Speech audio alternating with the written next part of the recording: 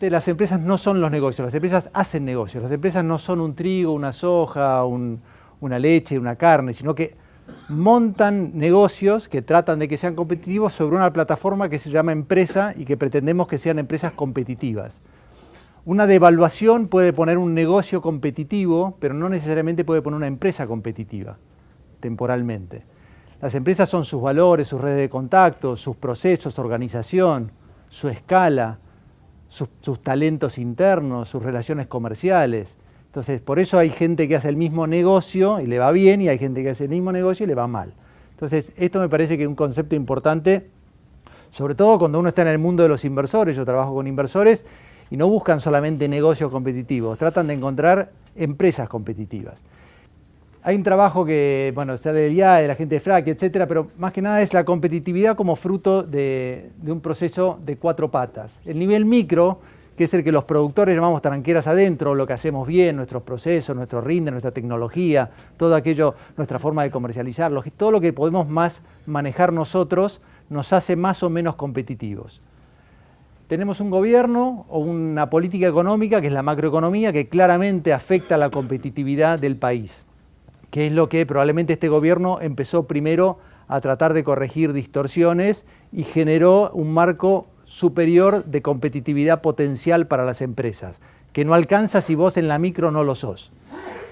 Pero este trabajo agrega 2 cosas más que me parecieron importantes, que es, una es la infraestructura y la educación, que lo llaman nivel meso, que básicamente es cómo hacer competitivo un país, y esto es lo que está tardando y va a tardar en Argentina, cómo hacer competitivo en un país si vos no tenés políticas de infraestructura, políticas educacionales, tecnológicas, ambientales, que son más de mediano o claramente de largo plazo, y es donde uno no puede esperar que en 1 año, en 2 o en 3, necesitamos 30 años de políticas, no de este gobierno, sino de políticas de Estado que tiendan a esto, porque si no siempre vamos a estar con una macro mejor, el tipo de cambio, vos tratando de fertilizar mejor, y es como que te falta esa pata y te falta una última pata, que es la pata de cultura y política, que tiene que ver con lo sociocultural, con los valores, con la mirada que el argentino tiene sobre el empresario como un ser que más vale medio oscuro, busca prebendas, digamos.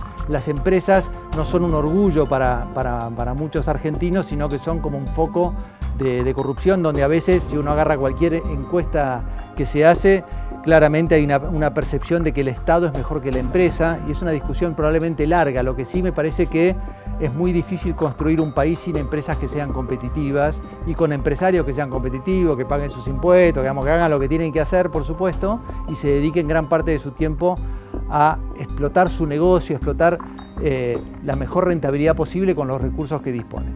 Parece importante esto porque si no, a veces uno tiende a ir al margen del cultivo o a la renta, y este es el marco en el cual nos movemos. Va a ser difícil tener un país competitivo si en el mediano plazo estas 4 cosas no están por lo menos alineadas.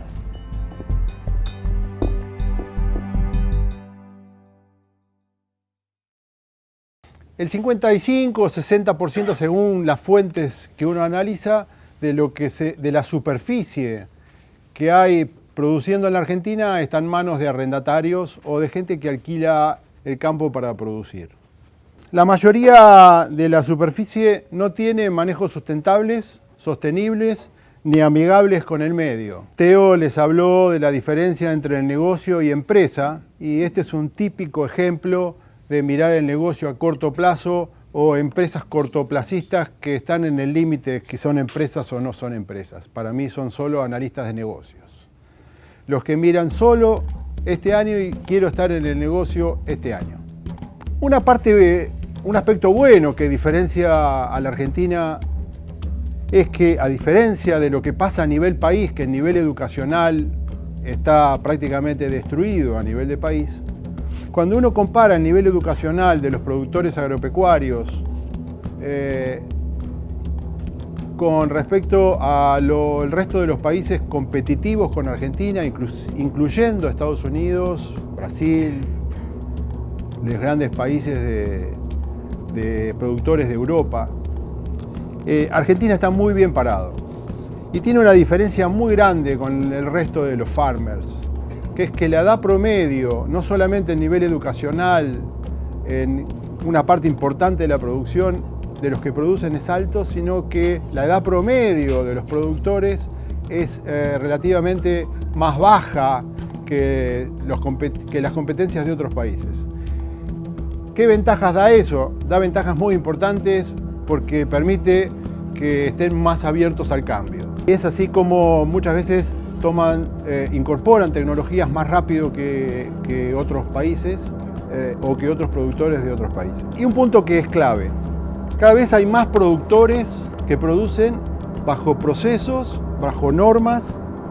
Hoy hay productores muy destacados, empresas muy destacadas, empresas que no tienen ningún problema por la estructura que tienen en destacarse, en poder producir con trazabilidad, y esto va a valer oro a mucho menos periodo de lo que creen. Dentro de 3 o 4 años, lo que hoy se está vendiendo bajo trazabilidad con un plus de $5 por tonelada, etc., dentro de 5 años, por lo menos el 15% de lo que se produce va a valer eso.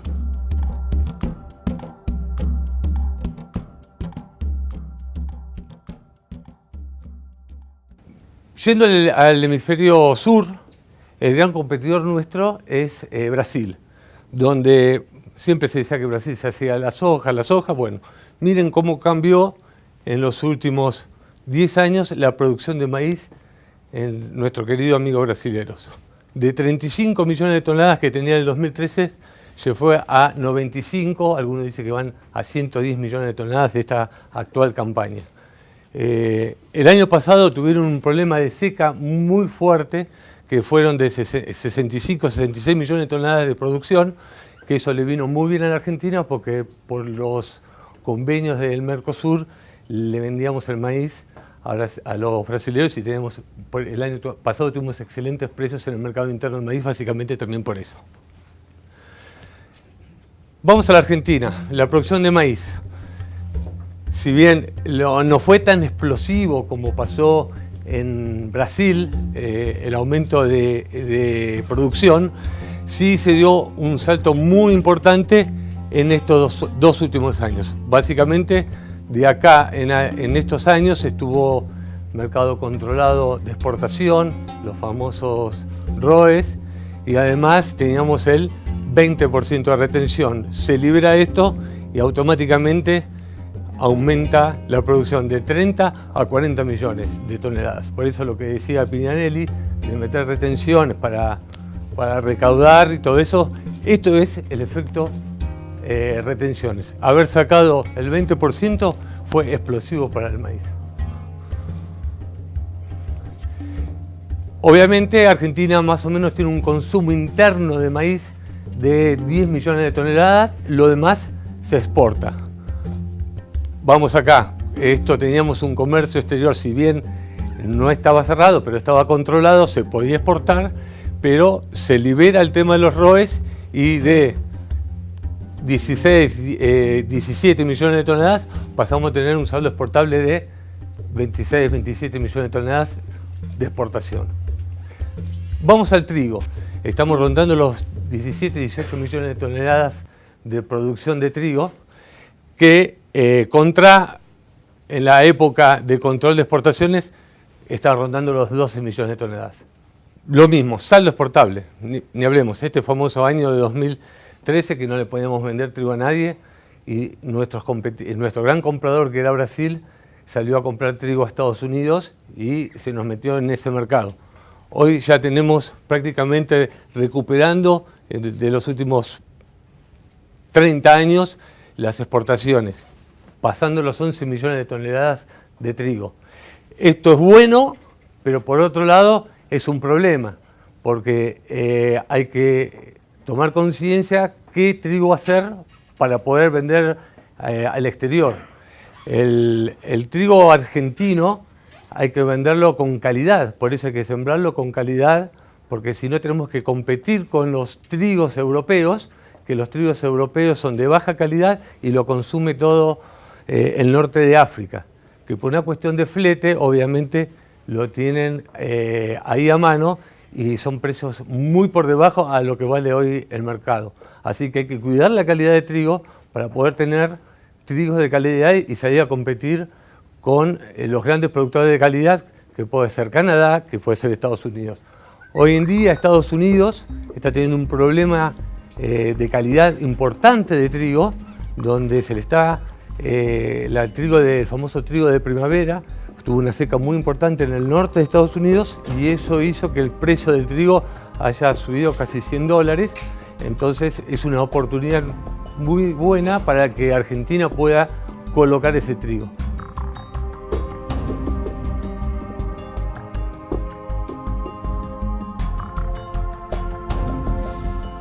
El mercado de agroinsumos, específicamente en fertilizantes, es un mercado de 1.200 millones de dólares de nitrógeno y de fósforo. Argentina está por debajo en el consumo mundial y sobre todo en Latinoamérica. Esto ha sido que el productor no ha decidido invertir en los últimos años. Es un insumo relativamente costoso por hectárea, con lo cual ha retraído el uso en las últimas campañas. Hoy parecería como que eso se está revirtiendo, el costo por hectárea, como decía Teo, no ha subido, el valor de la urea, el fósforo está bastante estable, la relación insumo-producto no está muy disociada, así que el productor está hoy invirtiendo más en fertilizantes. Con respecto al mercado de semillas, es un negocio de 800 millones de dólares en lo que hace a semillas híbridas, maíz, girasol y sorgo principalmente. Es el principal el negocio de las multinacionales, donde está la renta, donde está la innovación tecnológica, donde vienen los eventos biotecnológicos, es sobre la semilla híbrida. En el caso de autógamas, soja, trigo y cebada, solo el 20% fiscalizado, o sea, con venta a través de las agronomías, el resto es consumo propio del productor, o sea, se hace su propia semilla. La ley de semillas podría llegar a cambiar este porcentaje. Ahí, creo que es algo necesario que esto se dé. El productor está expectante con el costo que puede traer que se aplique la ley de semillas, pero creo que es algo que no hay que tenerle miedo, al contrario, porque las empresas no van a traer las nuevas tecnologías a estos cultivos si no se aprueba la ley de semillas por una cuestión de la ley de patentes. ¿Cómo fue el mercado de agroinsumos el año pasado? ¿Cómo termina por empresas? Salió justo una nota ayer en La Nación bastante interesante que habla del mercado de agroquímicos. Syngenta fue la líder, recuperó el mercado que lo tenía perdido a manos de Monsanto. ¿Qué ha pasado en los proveedores globales de tecnología? Esto es producto de una falta de rentabilidad de las grandes empresas. Invertían $1.000 millones de dólares cada una para encontrar alguna molécula que les diera rentabilidad en el futuro. No aparecen. Al final del túnel todos llegan a la misma conclusión, que no hay nada novedoso, con lo cual 1.000 más 1.000, hacemos una sola, no fusionamos y se terminó el problema.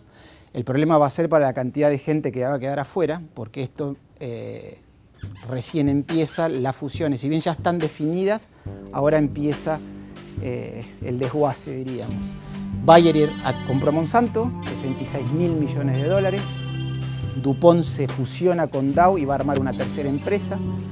Syngenta fue absorbida por un grupo chino, o sea, dejó de cotizar en la bolsa y pasa a ser una empresa china.